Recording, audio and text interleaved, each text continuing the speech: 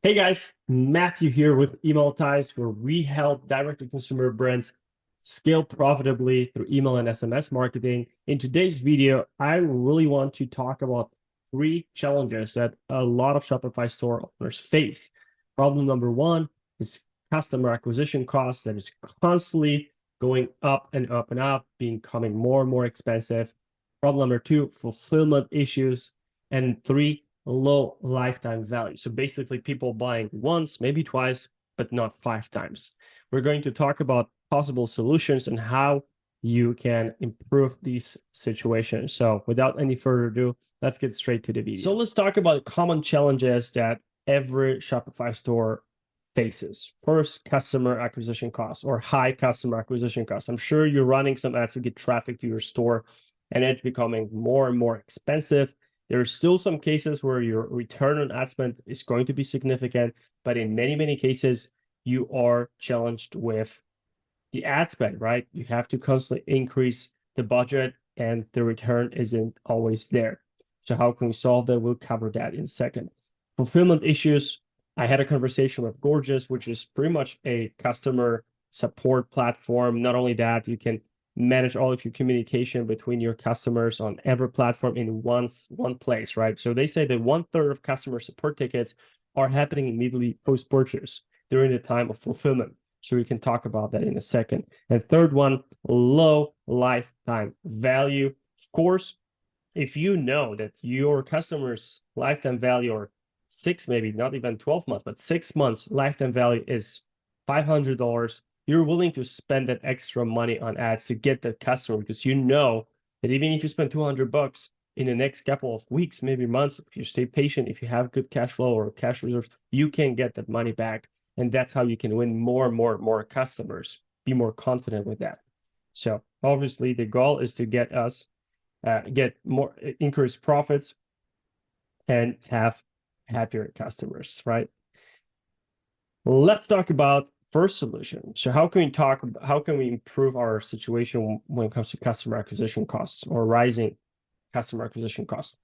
So the goal here is to turn as much traffic as possible into subscribers, and then these subscribers into customers on autopilot. So hear me out.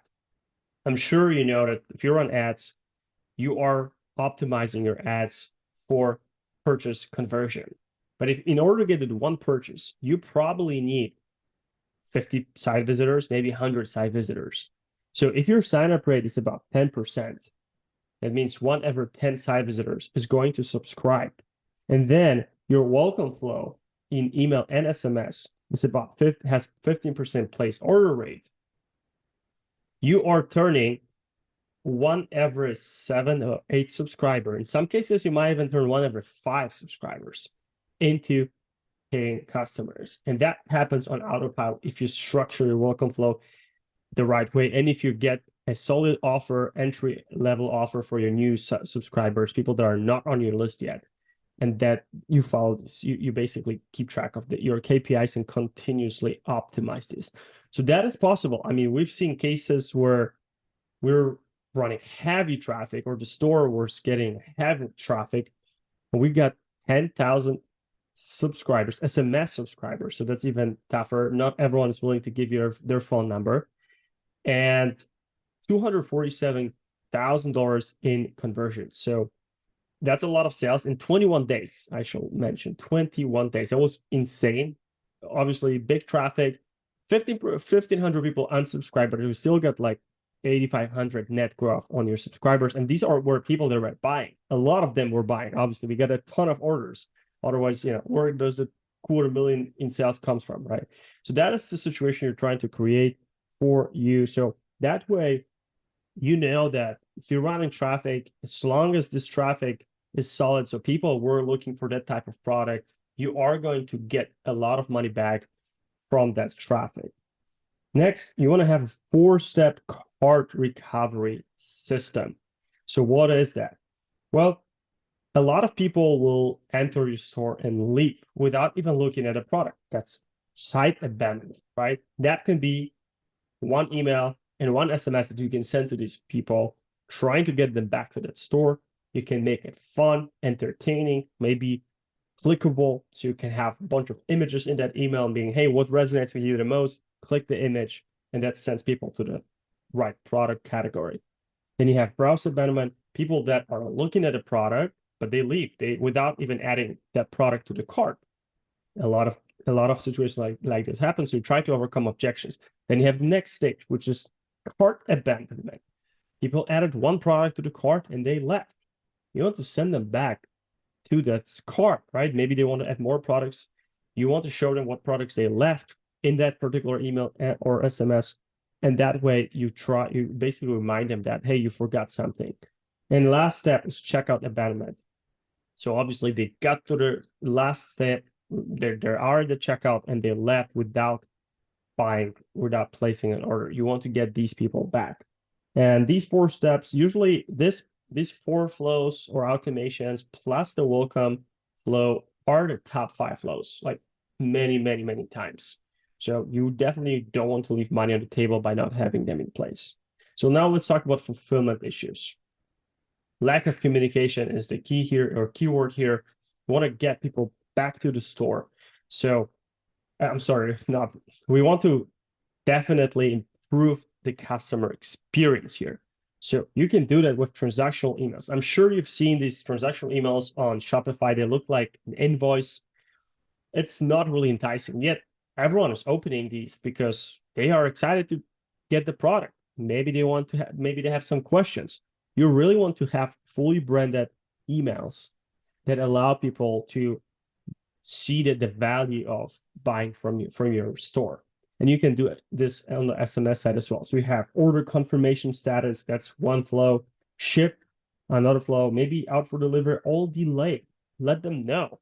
If I know that, hey, my product is delayed, but I'm aware of that without wondering, hey, where's my product? It's a totally different situation, right? And then product delivered, obviously, that's the final step. Everyone's excited. You want to make sure that people are aware that product arrived. A lot of times they just miss the opportunity to really show the rest of your products. Maybe you remind them of the brand, your mission, your statement, your value proposition. You can do this all within this 4 emails or 4 flows if you have multiple emails in each flow.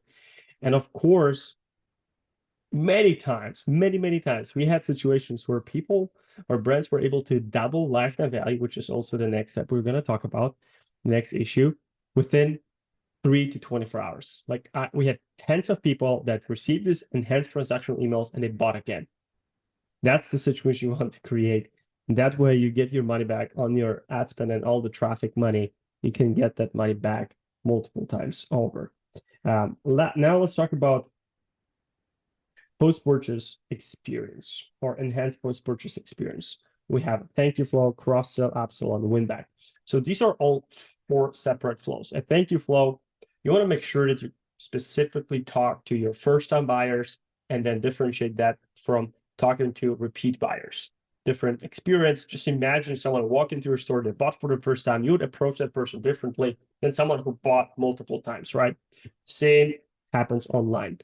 You can plug in a video, explain the value proposition, who stands behind the company or the brand, maybe who's your customer representative, customer support representative, and basically explain all of your mission statement, value proposition, how easily it is to exchange your products if they need to, whatever it is, overcome objections, right? Cross-sell, you want to show people what else you have in store, different products, different categories. Upsell, you want to use up confirmation bias. Confirmation bias says that if I buy a product X, I'm looking for confirmation that I've done the right decision. If you're not doing that, I'll still be questioning if I made the right decision and more likely return the product. Simple as that.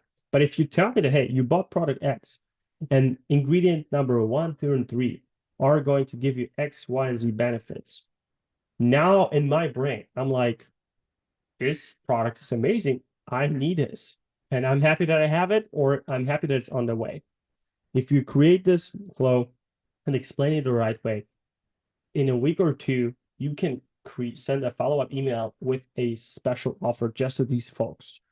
And that special offer can be a bundle, for example. So if you buy 3 products, you get 1 for free. Of course, you get a higher average order value, much, much higher average order value, and happier customer. And of course, much better customer experience, right?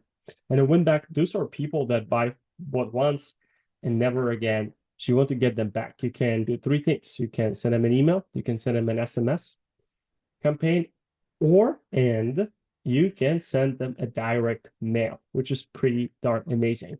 So they're gonna be reached on all platforms, actually 4, because you also have your Apple Watch, right? So your smartwatch. So you will be notified on all of these platforms.